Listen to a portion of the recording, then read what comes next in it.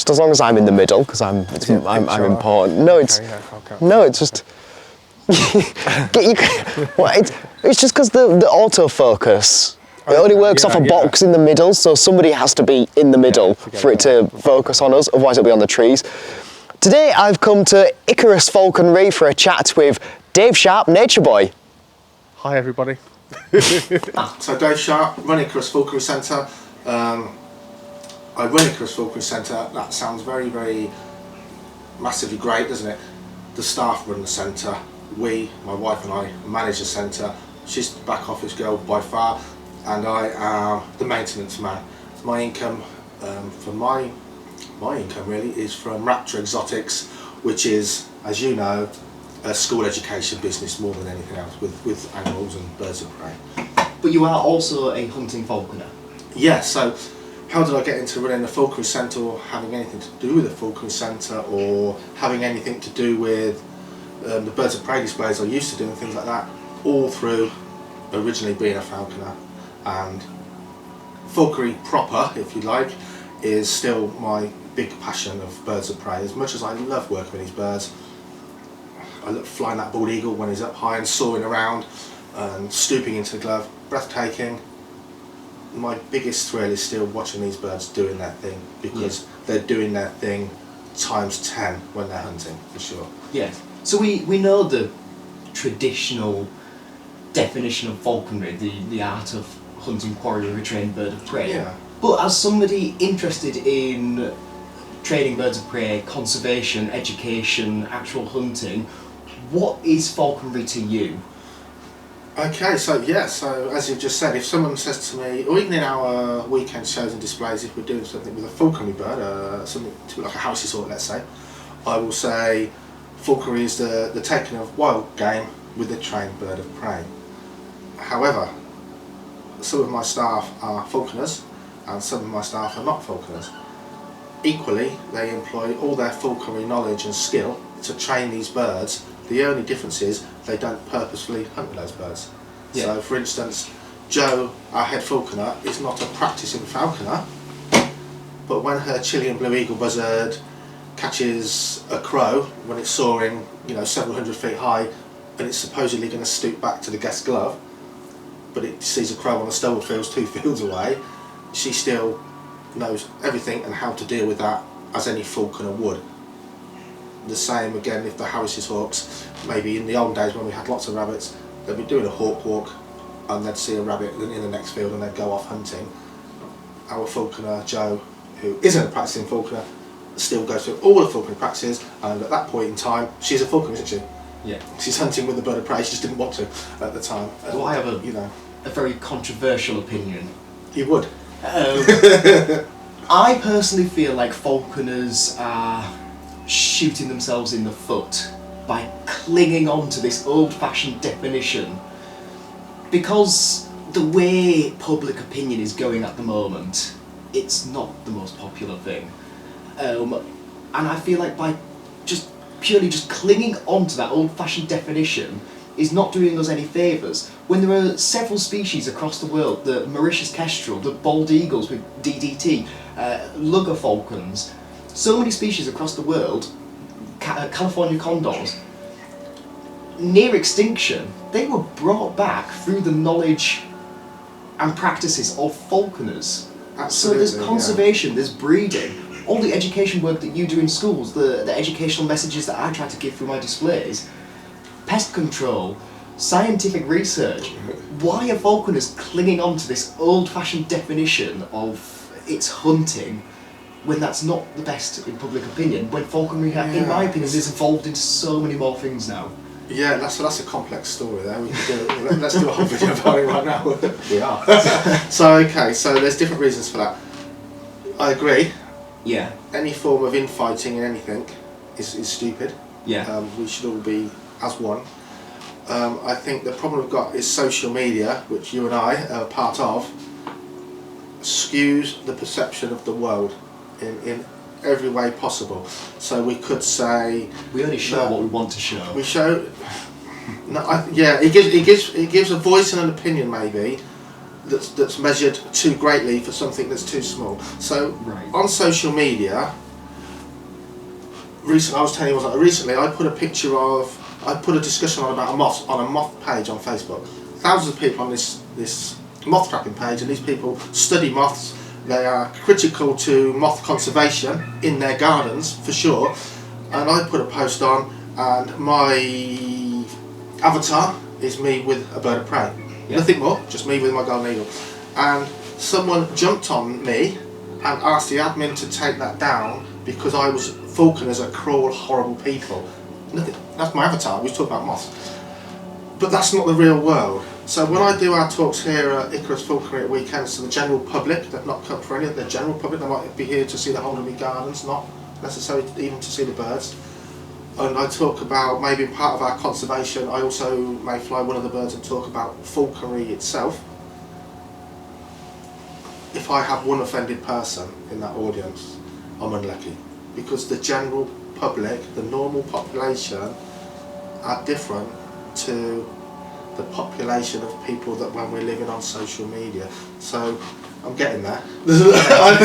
Yeah. So the difference is, I think, falconers that say you're not a falconer, you don't hunt, you're a bird trainer, let's say. Yeah, I'm not saying you, but no, so they'll say admit that. you're not a falconer, you're a bird trainer, and yet you, as my staff do, you use all falconry techniques throughout to do what you do, except ideally in a show your birds don't catch anything, but you go through the whole thing. I have been a hunter falconer as well. Yeah, so there you go. So I prefer displays. He prefers displays, but I think the reason that falconers want to differentiate, or some falconers do, it's because falconry is different from display falconry. Yes. Obviously, it's your hunting, but everything about it, it's a different excitement. Yes. So in terms of, if we all say it's all the same, then that means there's no point being a falconer. I can go to Tesco's and Lidl's and get my meat, other places that are available, and I can get the same thrill and excitement seeing these birds of prey flying in a display, but they are so very different. Yeah. But it would be easy for the social media opinion, which is far bigger than it is, but it comes across with saying, oh, you don't need to do that anymore. That's cruel. That's cruel. You can fly them for fun in the air. It's just the same. Well, so I think people, to a degree, want to keep that separate, whereas we should all be working together. I think this is the danger of rogue crows. So there you go. So a lot of falconers think the danger of robotic prey is why we need to actually kill. You can drag a smelly bit of rag for a fox thing. The fox hunters can have the same sport, if you like. Yeah. I don't hunt foxes on horseback. I'm terrified of horses. We've discussed that earlier. It's not my thing, but I don't have any problem with people doing that. The fox is common and will always be common whenever there was fox hunting, for sure. It's bad for the individual fox. It's not bad for foxes. It's not part of this topic, but it's the same thing, isn't it? It's if rogue crows are just as good as being in Scotland in the Highlands, taking all of that in as falconers or fishermen or wildlife people do. It's the holistic thing. If you're taking all that in, but you can do the same thing in the field down the road with a rogue crow, in public opinion, it's now could remove that falconry, so the real falconry. Do you think falconry in the most traditional definition has an expiry date? I hope not. This will be to do with social media. Again, the general public, absolutely not. Take social media away, talk to the general public about what you do, candidly and honestly, absolutely not. The world of social media, when you've got politicians, you've got heads of social media groups, you've got people who have big Facebook pages but they act like dictatorship. Yes, because social media can blow something and out of all proportion, because every politician is only looking at getting the most votes. That's all they're interested in, not their community. And it could have an expiry date as social media grows, because people believe everything they see on TV, as you might say. Yeah. And they don't check it out for real. So, you mentioned just before... I was just going to say one more thing. Oh, right, okay. On that view, keeping any animal in captivity will equally have the same expiry date, because there's the same amount of people on these social media groups that don't want you to have a pet dog, let alone a pet bird of prey or companion animal. Yeah, but also the more that social media grows, the more accessible it gets, so it could potentially have the opposite effect, and so the more social media gets involved, actually the more people, which is not a good thing, but the more people will get involved in falconry, because back in the day you'd have to read a book or find a mentor. Now everybody just goes on social media and thinks, oh, I could do this, and goes out and... So, downfall in many ways. So, before you were born, back in the 1900s, when I started practicing falconry, there was no internet, there was no mobile phones. I practiced my falconry knowing really 3 falconers, that was it, and 1 book. I had a couple of books, but 1 book I practiced from. Yeah. So you're right, but now... Falconry and hawking. Yeah, so now there's going to be a new book that's going to modernise that, but it was an old book. there is a time of change. Ignore that. There's a time of change now, isn't there, where social media it can work both ways. Yeah. It can work both ways. But the trouble is, this is my take on antis, and that we're looking at an anti side of falconry right now. If you're an anti, you see nothing better to do than to lobby, to write rubbish, and to lobby about your point of view, your opinion, nothing more. And to a lot of antis seem to be more people haters and animal lovers. But me and you, we don't put that effort into giving the correct opinion because we're too busy doing what we're passionate about. Yeah. We want to be out flying our birds, or we're not constantly always defending ourselves. Exactly, Online, yeah. putting out something that's perfectly legal and right. Yeah. So we are our own worst enemy at that point, because antis have far more time, it seems, and nothing else to do to spout off and a big old nonsense. chip on their shoulder. Maybe so. You know, we're just too busy passionately doing what we love. Yeah. To spend all our time doing that. Go back a bit, and you mentioned there are differences. Let's discuss some of those differences. So you are a hunting falconer, but you also have a falconry centre. Yeah.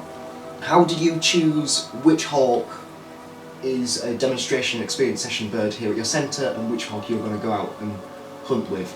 Or do you cross over? Yeah, so there's some crossing over, and as you know... Your son Kyle has hunted with his peregrine American kestrel, but he has also done displays with it. Yeah, so for sure. So my Harris's hawk, who's now 12 years old, let's say, Nigel, he has done all work a Harris hawk can ever do. So he's done seagull control on big rooftops, he's done pigeon control in busy warehouses, he flies regularly in school halls, he flies on experience days. But the first season I had him, when he was 16 weeks old or whatever it was, 20 weeks old, he was trained to accept all of these things, but pure hunting bird for that first winter. Yeah. One reason only, I wanted a sound of mine Harris's hawk, that we had a really fantastic bond. And hunting with a bird of prey, the bond is so close. And I think that's because you're generally helping it with stuff. Yeah. It looks at you, even a loner like a goshawk, it learns that you are a real help. But so there's a crossover bird.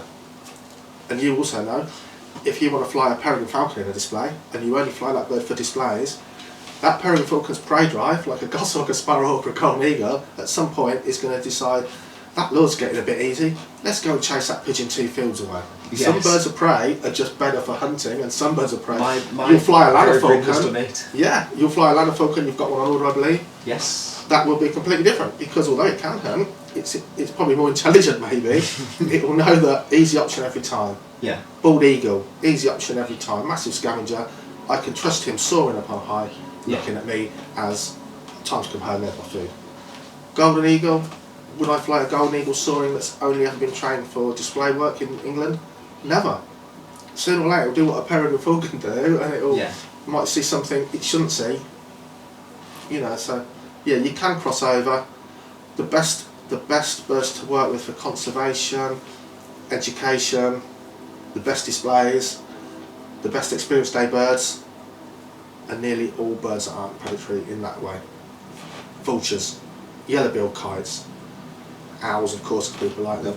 Opportunistic birds. I'd say the scavengers, yeah, the soaring birds. You know, they're better for that job. So and they look better. They're more entertaining. It's why I have some of the species that I have. Purely me for too, these me reasons, too, steppe eagle, bald eagle, yeah. Yeah, me too. Purely to try and reduce the risk of them going off and Yeah. hunting in the middle of a display. But also, they look better doing their display, don't they? Than a lot Yes. of birds, you know. What would you get out of a goshawk? As best as you train at a display, and even if you got it so it didn't really swore that, it didn't fly away at every opportunity, you're probably going to get the best. It's going to go backwards and forwards to you in a tree. Yeah. Might chase a dummy lure across the ground. That's alright, it's exciting in a short dosage, but get that yellow-billed kite on the wing, firing up bits of food, it's doing loop-the-loops, and what a crowd pleaser, you know. Yeah, so people have put comments on my channel before asking why I don't have hawks, and this is the reason. True hawks So, are just, they're not good for displays. No. They've got such a high prey drive, and you'll never take that out of them. It's what makes a hawk a hawk. We call it Reactive the ethos thinking, isn't it? of an animal is what makes that animal an animal. Hawks just have a huge prey drive. You know? it's a ground, isn't it? It moves, I'll chase it. It might Yes. pull off the chase because it doesn't even want to catch it. Can't help itself, it's triggered to chase.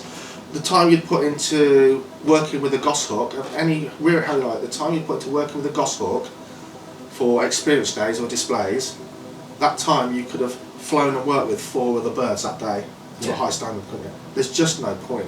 There's just no point in that sort of thing. For me, there is, because I think British wildlife is fantastically important. As you know, for photography, people want British birds, Yeah. but from most of what we do, it literally isn't worth it, is it? There's better birds that are better for the job, Yes. that take up far less time. Take us through some of the differences that you go through with a hawk. If you're going to use it for displays or if you're going to train it for hunting, what are some of the differences in the training that you would do? As silly as it sounds, I put more time into my falconry birds, hunting birds, far more time. I want a far closer bond. Most of our display birds, they're a chilled out species, and we've got them to put in a bomb proof, and they're quite happy to come out of their aviary or their tethering system, do their work, which is generally quite a short period, isn't it? If you think about it, even if you've got a bald eagle on the saw, if mine's up for 15 minutes, that was probably quite a long, amazing display, and then he's going to get all his food and go away. And spend the rest of the day having a bath, sunbathing, chilling out. And whereas Which is we would typical love for to most- watch it do it for hours, the public doesn't. No, and also, yeah, that's it. It's just not something you're going to do, is it? You're not going to. You can. I've laid on the grass, on the lawn, on the field, sorry, and watched my yellow-billed kites fly above me on a windy day, and they'll just hang around and they'll just keep on the wing. I'm on my own, beautiful. But no one else wants to spend an hour watching them. Yeah. I've had a peregrine cross up, used to thermal, totally loyal above my head, and I'd lay on the grass and watch that bird a speck in the clouds before I threw the lure out, maybe for an hour. Yeah. Maybe for 4 hours if it wanted it to be 4 hours. With a falconry bird, you're putting a lot more time with it. Yeah. You're spending more time with it by the nature of what you're doing. You know, you're regularly about an hour to a whole day with that bird. And the differences are, I think, obviously you're going to go through the motions of working with that bird on its kill, on its quarry.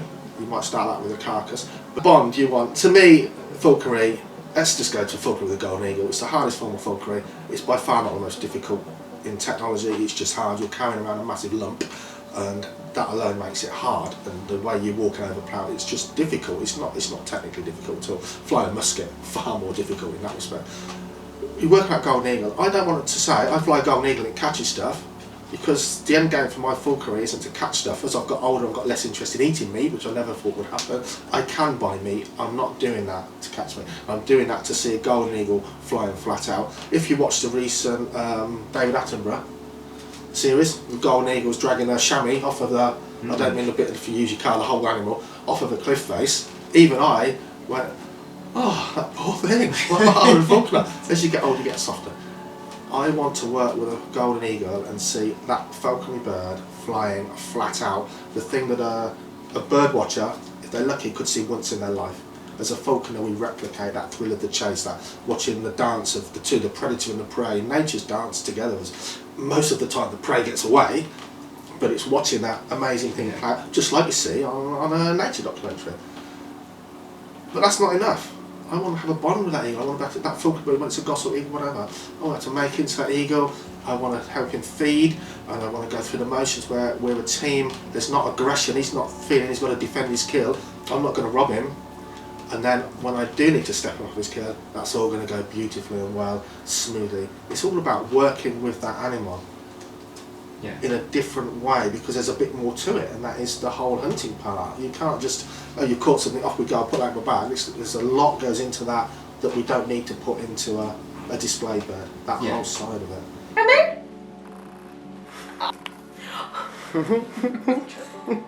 It's fair game, isn't it, girl? Rox, what's this? Rox. Come on up here then. Come on up here. Come on. Come on. What's this? No, too many. Overwhelming. Roxy. Ooh, favourite. Come up here for it then. Come on up here for it then. Come on. Right. Sit there. Sit. Sit. Wait. Sit. Good girl. I'm not giving it to you. I should be giving it to you when you sit. Sit. Good girl. That's a good girl. Roxy, sit. Sit. Good girl. Sit. Sit down. Good girl. Look at the camera. Is it possible to look over here? Keep hold of it. Look at her munching. She loves the carrot. Oh, it's tasty. Yeah, you're spoiled. So, are you currently flying, or do you have sort of a list in your own head? What is your dream falconry bird? It's been there for 9 years and it's Zeus. Yeah. Zeus, the golden eagle. Yeah, he is. If you were a boy racer, he is. You've got your Ferrari or whatever it would be nowadays. He's that bird. I saw a golden eagle at 13 on a school trip. Yeah. In Peterborough at the Royal Agricultural Show. I don't know what Falconry, maybe the BFC were there. Yeah. And they had their birds, and in them days, golden eagles, there was probably, I don't know, 2 people in the whole country able that were them, maybe a handful.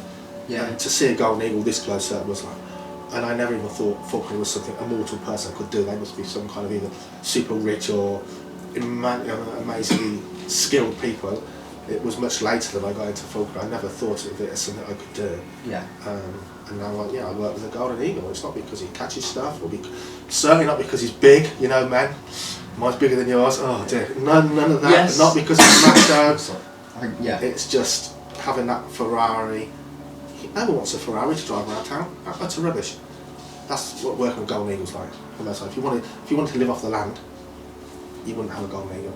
Right. It's just the hardship. It's to climbing the mountain of falconry. Mm-hmm. It's harder, more thinking. I've been doing it a long time, more involved. So I've got him. Yeah. There's nothing. There's nothing. I'm not. I've probably for the last couple of years. You're not in this position, and you'll know the difference. In the back of my head, there's no birds I'm keen to get next year. Right. I want to get that and fly.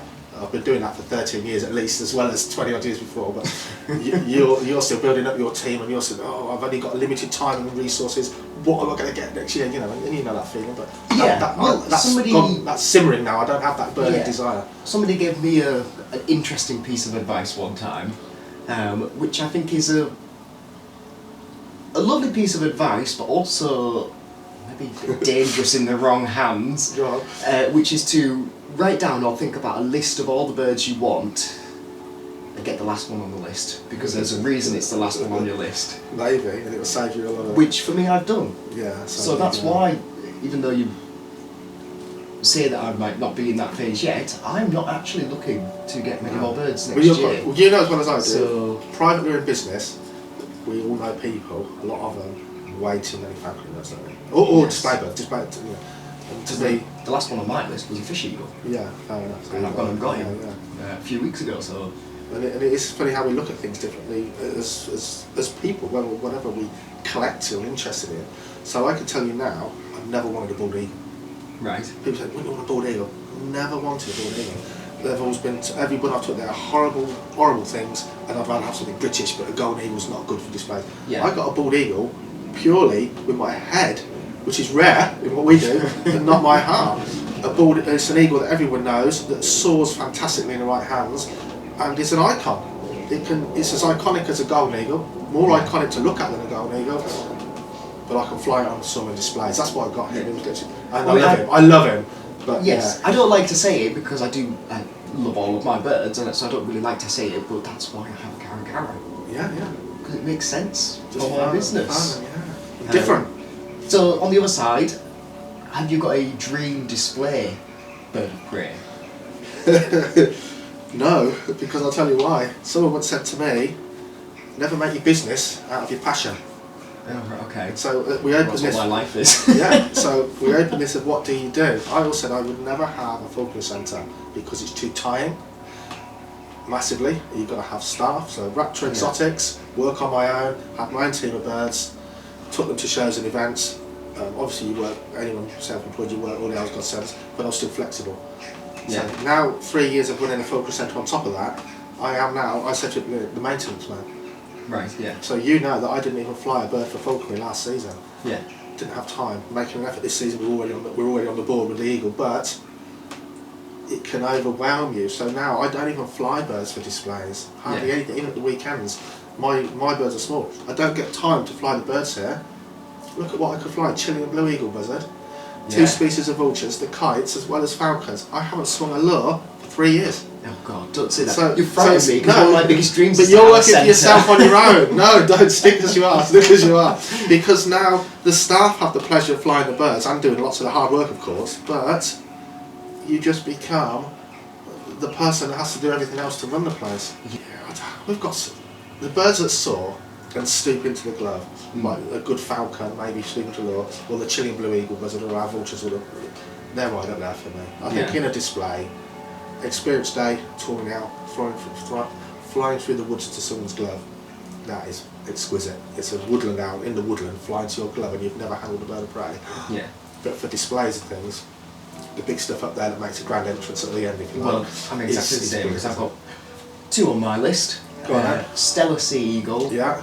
Eurasian Griffon Vulture. Yeah. I'd love both of Yeah, those. I wouldn't bother with the Eurasian Griffon Vulture, but having worked closely with someone training one, get your Very expensive, whole very setup difficult to get hold of, and need a lot of space. and bolt cropper on a swan's neck with Yeah. no fear of humans whatsoever. Yeah, and I guess here in the UK it'd be very dependent on your location as to how well it would fly. So we There's had a reason we don't have birds that size. we had in one the in Chris wild. Falconry before I owned the place. Yeah. And in the end it went to a specialist vulture breeder. And Okay. it was just working with it. So the logistics of getting it out of its large aviary, Yeah. then because of the setup with birds tethered at the time, getting it to train into a big travel box, then took 2 people just about to lift it to the flying ground, which isn't far away, but you still got to carry it there. And then, like you say, there's a slope but no wind. Yeah. So then it was a case of training it onto a platform that could be raised up Right, to sort of 15 foot to give it something to fly off, and it was very hard for it. Yeah. Like you say, big drop off on a windy swept mountainside, castle environment displays. I've seen a zoo in Germany used a cherry picker. Yeah, something like that. Yeah, something like that. Just to get, Warwick Castle, they do great displays with big birds, but they're taking them up somewhere high to set them off, and even then, probably on a normal day, you're just getting a big vulture gliding down past you and it's a landing. It's not really powered flight. No, if you can see, you go to rural Spain and watch griffon vultures, go and fish for big catfish on the Ebro, and you watch them take off in the morning after they've sun themselves and catch a thermal, it's effortless. Yeah. We don't have that. That's why we don't have vultures in Yes. Britain. Display birds, experience day birds, the right bird in the right setting. It doesn't matter whether it's a kestrel or a barn owl. Absolutely out of this world.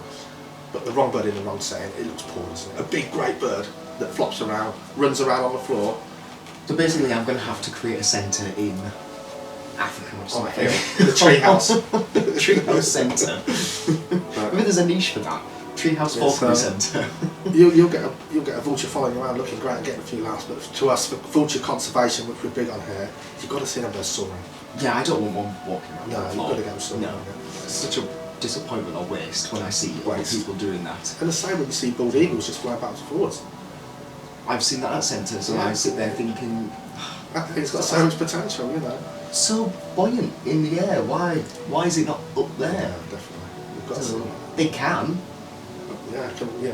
why not? It was quite funny because we had the last few weekends when I was flying Wales with the bald eagle for our open days, and they were just hot, sweaty, no wind. And he's 5 years old now. He's not stupid. He knows what's easy flying and what's hard. And if it's hard, he's like, well, I'm not going to do it. I'll do a circuit or 2, but that's it. And the last day I flew him, where he's then going into his free loft to spend the winter just chilling out, we had an experience day, a vulture and eagle experience day here at the Falconry Centre, and it was really windy, and it was great because the last day I flew him for this season, he was Yeah. right up there and just a master of the air. What a wow factor! Different bird. Yes. I need a good few windy days for my steppe eagle, my own steppe You need eagle. that wind to get him going, don't you? Yeah. not still days. Or like as you described it to me a few years ago, it's like flying through treacle. Yeah, must be a windy day. Get out of the way when it's coming to the glove and it has to fly on by and turn around to get back to you, and then it heads into the wind and up it goes.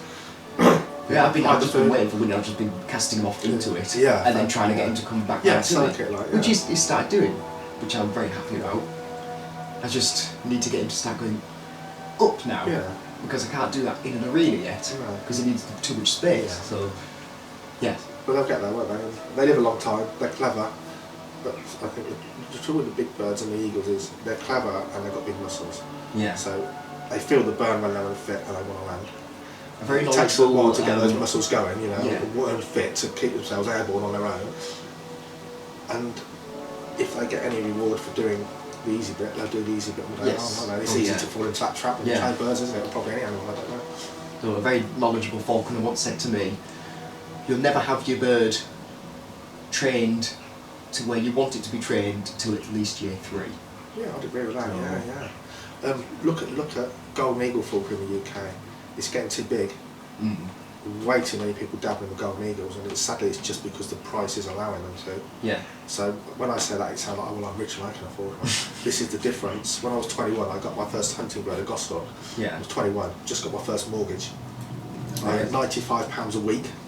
You got a mortgage at 21? 21. 25. And I had £95 a week and owned the car.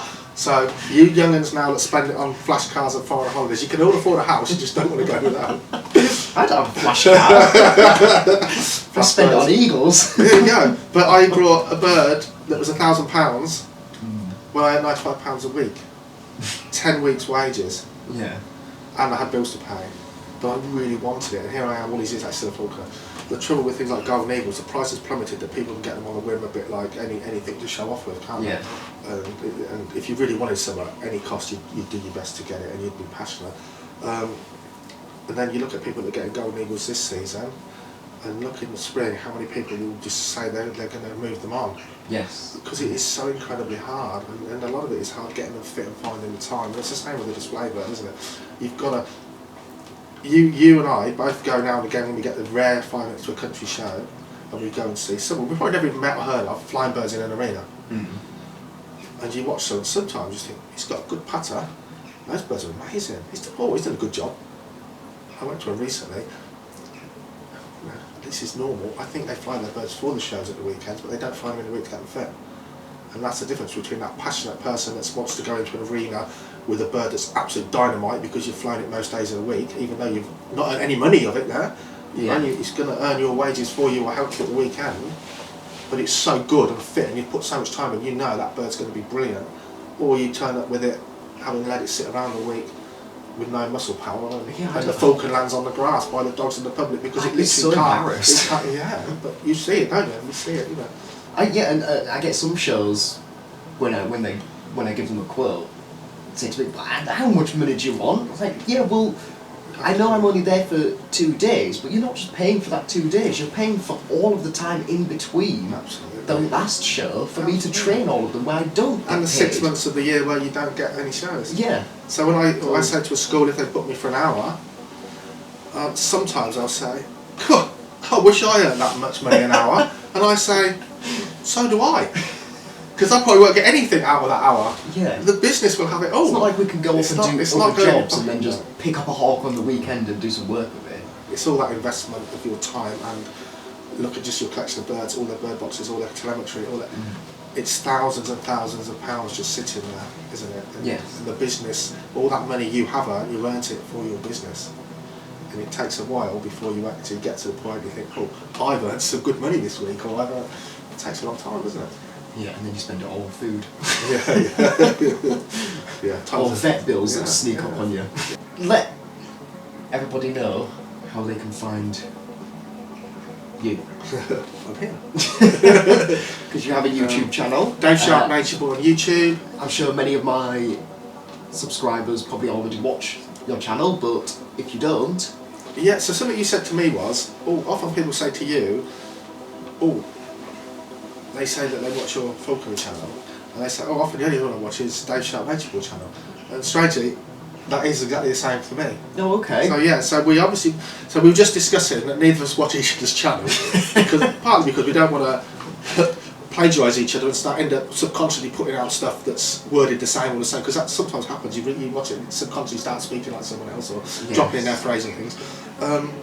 But we obviously have a content that appeals to similar people. Certainly the falconry side of my mind's a bit more wide-ranging, and other things I love, but which doesn't help the channel, not one bit. But yeah, so Dave Sharpe Nature Boy, icarusfalconry.co.uk, brilliant experience days, and Raptor Exotics, all one word without any in the middle, for my school physics education. We actually do very similar things though in different parts of the country. Yes. Not that far apart. No. Not that far apart, right. Don't look at his channel. Don't book in for schools. No, I'll do the country events, you do the schools. but it's it all goes together, doesn't it? We're just discussing. Yes. You know. And what about, did you mention you've been doing some writing? Not yet. Not yet. I've been doing some writing for several years. It's not ready hopefully be spoken about yet. The book, Dave Sharpe Nature Boy, which is my childhood, will be out in the spring.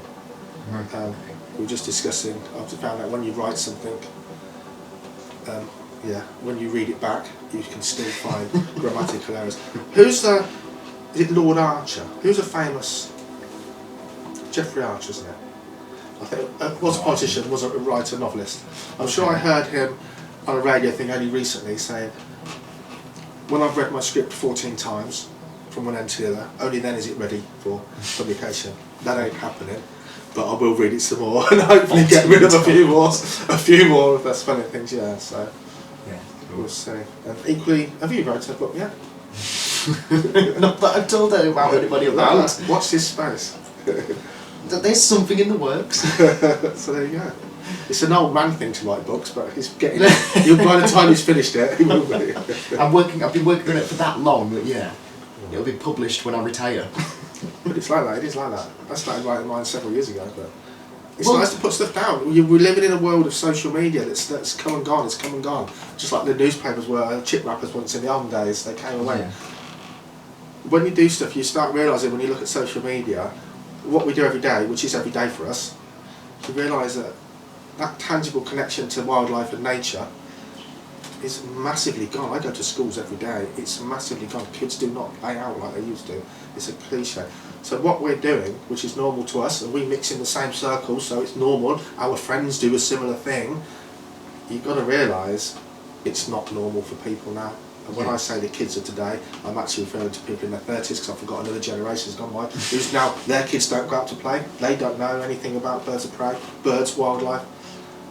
Yeah. If you put I find it weird when people don't own birds of prey. Yeah, that's it. Because I know more people who do than don't. But by writing something down, you're going to give something back, but you've also got something tangible that people can learn from or just enjoy. I enjoy reading books written by naturalists in the 1930s, 1940s. You learn so much stuff about times in those days, and their passion was the same as yours. And I think, so my book is mostly about my childhood with animals. I realise, I know from my job, kids don't do these simple things. If you haven't, when you was a little kid, tied a bit of cotton around a bumblebee's waist and played out how much cotton off the line a bumblebee can take, you haven't had a childhood. Sick-minded small children that played out, they actually are the naturalists of today, because of course, going full circle, the first conservationists ever, the first people to practice conservation were hunters, that's a fact, and the biggest naturalists and conservationists I know are hunters, or they work with animals. We are the good guys, and we're all in it together. We're all about preserving raptors, wild raptors, conservation. We're all like-minded, aren't we, for sure? Yes. So, watch my videos, watch his videos, and get outside and enjoy nature. And the last word's got to be, he doesn't need any more subscribers. I do. Go and watch his and leave him a comment saying that he came from my channel. Brilliant. Thanks very much. Right. Yes, thank you. I think we're done. So, I've just finished editing the video with Dave Sharpe Nature Boy, and whilst I planned for us to sit down and maybe only speak for 10-15 minutes, we actually ended up speaking for over 45 minutes.